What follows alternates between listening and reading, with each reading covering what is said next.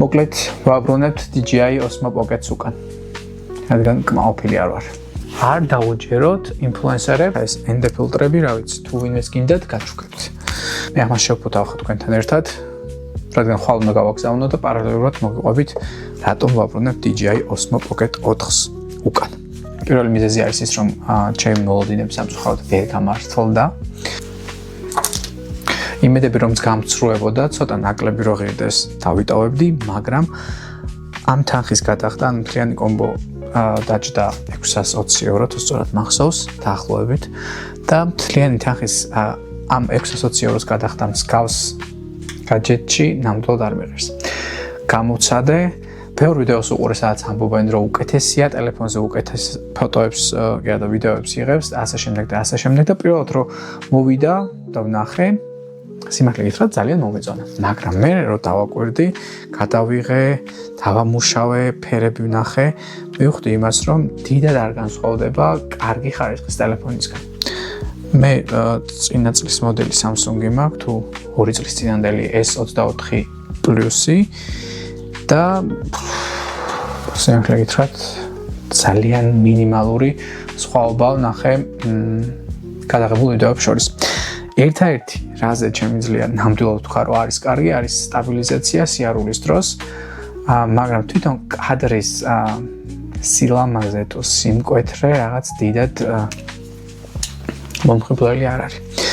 და გეტყვით იმას, რომ ვინც ყიდვას აპირებთ, თუ ყველაფერი გაქვთ უკვე და ეს კამერა ასე ვთქვათ, გჭირდებათ, კი ბატონო, როგორც დამატებითი კამერა, როგორც დამატებითი კადრებისთვის, არის იდეალური. ძალიან კარგია, მაგრამ მე პირადად ჩემთვის ახლა როგორც მივხვდი, მირჩევნია სხვა კამერა ვიყიდო, თუნდაც Insta360 ან რაღაც მსგავსი, რაც რეალურად უკეთეს შედეგს მომცემს იმ კუთხით, რომ იქნება რაღაც განსაკუთრებული. ამ კამერისგან ზოგადად ველოდებოდი იმას, რომ ცოტა უფრო მეტად კინემატოგრაფიული იქნება და ვიცოდი, რომ ჩემი კამერისგან ახლა რომლითაც ვიღებ, ძალიან დიდად განსხვავდებოდა ესეთ სიღრმე ვიდეოს და ფოტოს არ ექნებოდა, მაგრამ აი მეგონა რომ სადღაც ტელეფონსა და კამერას შორის იქნებოდა.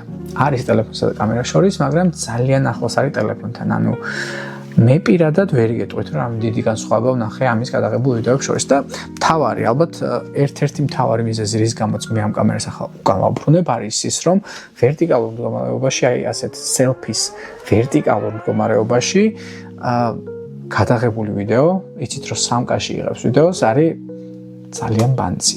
ანუ ჩემი ტელეფონის წინა კამერა, ყველამ იცით რომ Samsung-ის წინა კამერები არ არის რაღაც განსაკუთრებული, მაგრამ გეფიცებით ჩემი ტელეფონის წინა კამერა უკეთესია ვიდრე ამის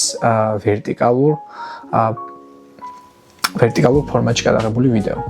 ამიტომ ძალიან დიდი ბოდიში, მაგრამ არ დავაჯეროთ ინფლუენსერებს, რომლებიც გეუბნებიან, რომ ეს კამერა არის ძალიან მაგარი. ძალიან მაგარი არ არის. რაღაც თავის საქმეს აკეთებს, როგორც უკვე გითხარით, ძალიან კარგია სიარულის დროს, ძალიან მოძრაობის ვიდეოებს ძალიან კარგად იღებს, მაგრამ მე ამაში 600 ევროს გადახდა არ მიიღეს. აი ესე ყველაფერი შენახული მქონდა, არ გადამიყრია. აქედან გამომდინარე, ჩემოკარგება, ეხლა ავდგები, ყველაფერს დავაწებებ. გერმანიაში 30 დღის მანძილზე გაქვს ნივთის უკან დაბრუნების უფლება. მე მხოლოდ 2 კვირა გამოვიყენე და მადლობელი ვარ ამისთვის, მაგრამ როგორც გითხარით, ვერ მოვიხიბლე ვერანაირად. აი თუნდაც YouTube-ისთვის ჯობს, რომ Insta360 იყიდოთ, რომელიც უფრო სხვა კუთხით დაგანახებთ და სხვა პერსპექტივას მოგცემთ, ვიდრე გიმბალი, რომელიც მე პირადად მაგალითად ფერები ძალიან არ მომეწონა. უამრავი ვიდეო ვნახე ინტერნეტში, როგორ აღვადგინოთ ვლოგით გადაღებული ვიდეოების ფერები. დავაედიტე, უამრავი რაღაც გავაკეთე, მაგრამ ძალიან დიდი ბოდიში რა. ძალიან დიდი ბოდიში. არ მომეწონა. ახლა ვფიქრობ, რა სად როგორ უნდა ჩავდო, არ ვიცი. ანუ რისი რა არის არაწერია იდეაში. ამიტომ თვალის ზომით რომელი ნაწილი რასაც მოერგება, რომელ პარკსაც მოერგება, იმას ჩავდებ. ხა პატარაში რა იყო ნეტო ძალიან არ მახსოვს. მოგეთ ამის თქვა მინდოდა. ჩემ DJI შეიფუთება დღეს, ხვალ გაიგზავნება პოსტაში. და როგორც გითხარით, არ დაუჯეროთ არ დაუჯეროთ ინფლუენსერებს, რომლებიც გეუბნებიან, რომ DJI Osmo Pocket 4 არის იდეალური კამერა vlogging-ისთვის. არ არის.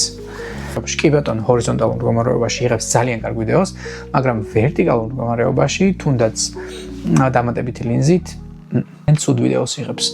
ოკეი, YouTube-ისთვის გამოდგება, რადგან იქაც ჰორიზონტალურად გადაიღებთ, მაგრამ აი პირადი ბლოგებისთვის, როგორც TikTok-ისთვის ან Instagram-ისთვის, ძალიან შორს უნდა დადოთ და როგორც გითხარით, ხარისხი მე არ მომეწონა. არ ვიცი, შეიძლება მე გავაკეთე რაღაც სწორად, მე ვერ ამოვიყვანე ფერები ისე, როგორც საჭირო იყო, მაგრამ დამჯერად 2 კვირის მანძილზე ვტესტავდი ამ კამერას. 2 კვირა არც ისე ცოტაა. თან ყოველდღიურად თითქმის ბევრი რაღაც გადავიღე, ბევრ განათებაში ვცადე, ეგ კი არა ფილტრების უყიდე, ND ფილტრი უყიდე 2 სალი, მაგითაც ვცადე. ანუ როცა გადანათებული გამოდიოდა ვიდეოები, ვამბობდი რომ ანუ დავსერჩე და მითხრეს რომ შეიძლება გადანათებული გამოდის, იმიტომ რომ ძალიან დიდი შუქი შედის კამერის ლინზაში და ოკეი, მაგის გამო ვუყიდე ND ფილტრი ეგრეთ წოდებული, მაგრამ მაგანაც რატომაც ვერ იმუშავა, არ მომეწონა. ეხლა ეს ND ფილტრები, რა ვიცი, თუ ვინმეს გინდათ, გაჩუქებთ. Osmo Pocket 4-ისთვის და Osmo Pocket 3-ისთვის გამოგადგებათ. ხო და ეგ არის რა. ახლა შევფუთავ მე ამ ყველაფერს, ეს პარკებში, ისინი არ გადამიყრია და ამ ყველაფერს გავაგზავნი უკან. ძალიან მიხარია რომ გერმანიაში შესაძლებელია ნივთების უკან დაბრუნება. დიდი ალბათობით ეს ნივთი ახლა გაიყიდება შედარებით დავალ ფასად, რადგან უკან მიბრუნებულია, მაგრამ ოკეია, რატომაც არა. ვიღაცას ვისაც შეიძლება მოსწონდეს, მას შეუძლია რომ იყიდოს. რატომაც არა. მოკლედ ეგ არის. წავედი, შევფუთავ, გავგზავნე.